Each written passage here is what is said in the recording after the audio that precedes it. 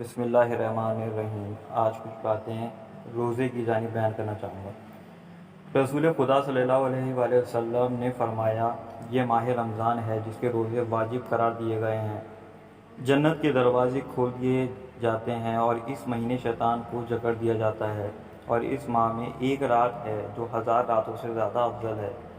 بس جس شخص نے اس رات کی عظمت و حرمت کا خیال رکھا تو اس شخص کی عظمت و حرمت کا خیال رکھا جائے گا۔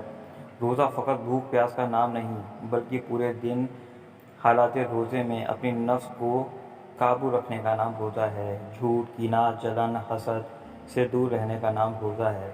اپنی نفس کو بچانے کا نام روزہ ہے۔ آپ نے قرآن میں سنا ہوگا، کل نفس ذائقۃ الموت۔ اس کا مطلب یہ نہیں ہے کہ ہر انسان کو مرنا ہے، بلکہ اس کا مطلب یہ ہے ترجمہ کہ ہر نفس کو موت کا مزہ چکھنا ہے، کیونکہ یاد رکھیے آپ کی نفس کو خطرہ ہے۔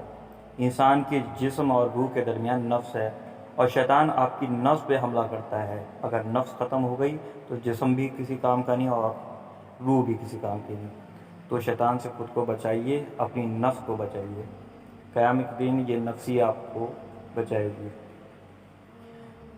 اور اپنے آپ کو روکنے کا نام روزہ ہے۔ دنیا کی کوئی سائنس حسد کا پتھر نہیں بتا سکتی سوائے اسلام کے۔ یاد رکھیے، جلن، حسد، کینہ، نفرت، لالچ، خواہشات سے خود کو روکیے۔ رمضان کا مہینہ انسان کو بتاتا ہے کہ ایسے جیو۔ یہ 90 منتھ میں آپ کو بتاتا ہے کہ انسان کو ایسے جینا چاہیے اور ایسے خدا تمہیں دیکھنا چاہتا ہے۔ رمضان سے حرام حلال میں فرق نہیں سکھاتا، بلکہ اس مہینے میں حلال سے بھی روکنا بتاتا ہے۔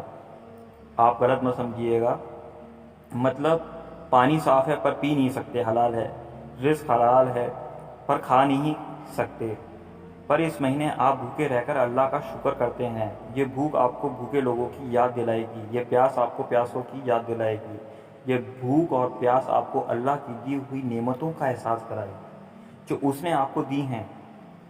پانی ہم پیتے ہیں پر اس کی قدر نہیں جانتے، رزق کھاتے ہیں پر قدر نہیں کرتے اور عبادت چھوڑ دیتے ہیں۔ اس مہینے صرف عبادت نہیں ہے، بلکہ اللہ کی دی ہوئی نعمتوں کا شکر ادا بھی کرنا ہے آپ کو۔ جتنا ہو سکے صدقہ دیے اور لوگوں کی مدد کیے، لوگوں کے کام آئیے۔ رسول خدا کے پاس ایک شخص آیا اور عرض کرنے لگا، یا رسول اللہ، میرا رزق بہت تنگ ہے۔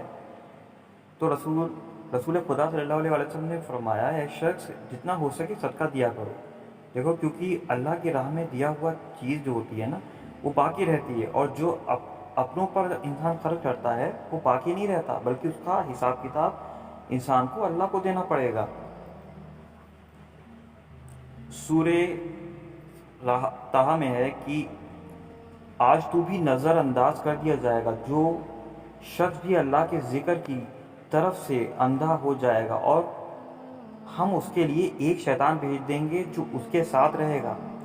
سورہ حشر میں ہے کہ خبردار ان لوگوں کو طرف نہ جانا جنہوں نے اللہ کو بھلا دیا ہے، تو خدا نے خود ان کے نفس کو بھلا دیا ہے۔ پھر سورہ نور میں آیا ہے کہ اے رسول، جو بھی ہمارے ذکر سے منہ پھیریں اور جو دنیاوی زندگی کے علاوہ کچھ نہ چاہیں، تو آپ بھی ان سے دور ہو جائیں۔ جو دنیاوی چیزوں کے پیچھے بھاگیں، آپ ان سے دور ہو جائیں۔ یہ مطلب ہے دنیا اور عیش اور حرام کی دنیا، جو مطلب یہ جو چیزیں ہیں، یہ سہولیتیں، یہ سب ختم ہونے والی ہیں۔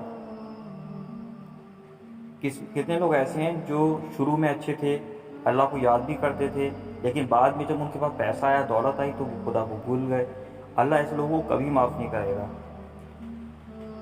امام صادق علیہ السلام نے فرمایا، وہ مومن جس کی اللہ نے اس دنیا میں دعا قبول نہیں کی، وہ یہ چاہے گا کہ کاش ایک بھی دعا قبول نہ ہوتی۔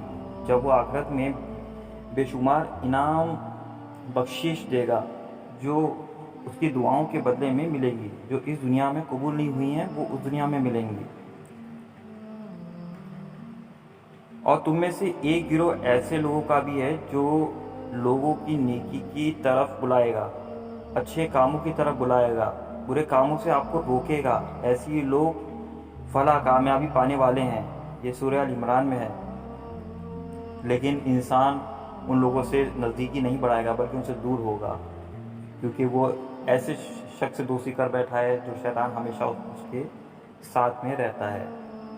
اس لیے روزے کی اہمیت کو جانیے، عبادت کو جانیے، عمل کو جانیے، یہ سب بہت ضروری ہے۔ یہ مہینہ ہمیں صرف یہ نہیں بتاتا کہ ہمیں روزہ رکھنا ہے، بلکہ یہ مہینہ ہمیں بتاتا ہے کہ باقی کے جو مہینے ہیں ان مہینوں میں بھی ہمیں اسی طرح رہنا ہے، اور اللہ آپ کو اسی طرح دیکھنا چاہتا ہے جیسے آپ رمضان میں رہتے ہیں، جیسے آپ رمضان میں عبادتیں کرتے ہیں، جیسے آپ شکر سجدہ کرتے ہیں، جیسے آپ بھوک پیاس کی قدر کرتے ہیں، اسی طرح آپ کو عام دنوں میں لوگوں کی بھوک پیاس کو جانیے، سمجھیے، ان کی تکلیف کا احساس کریے، تو خود کی نفس کو بچانا، احساس دلوں میں لانا، صبر کرنا، یہ مطلب ہے روزے کا۔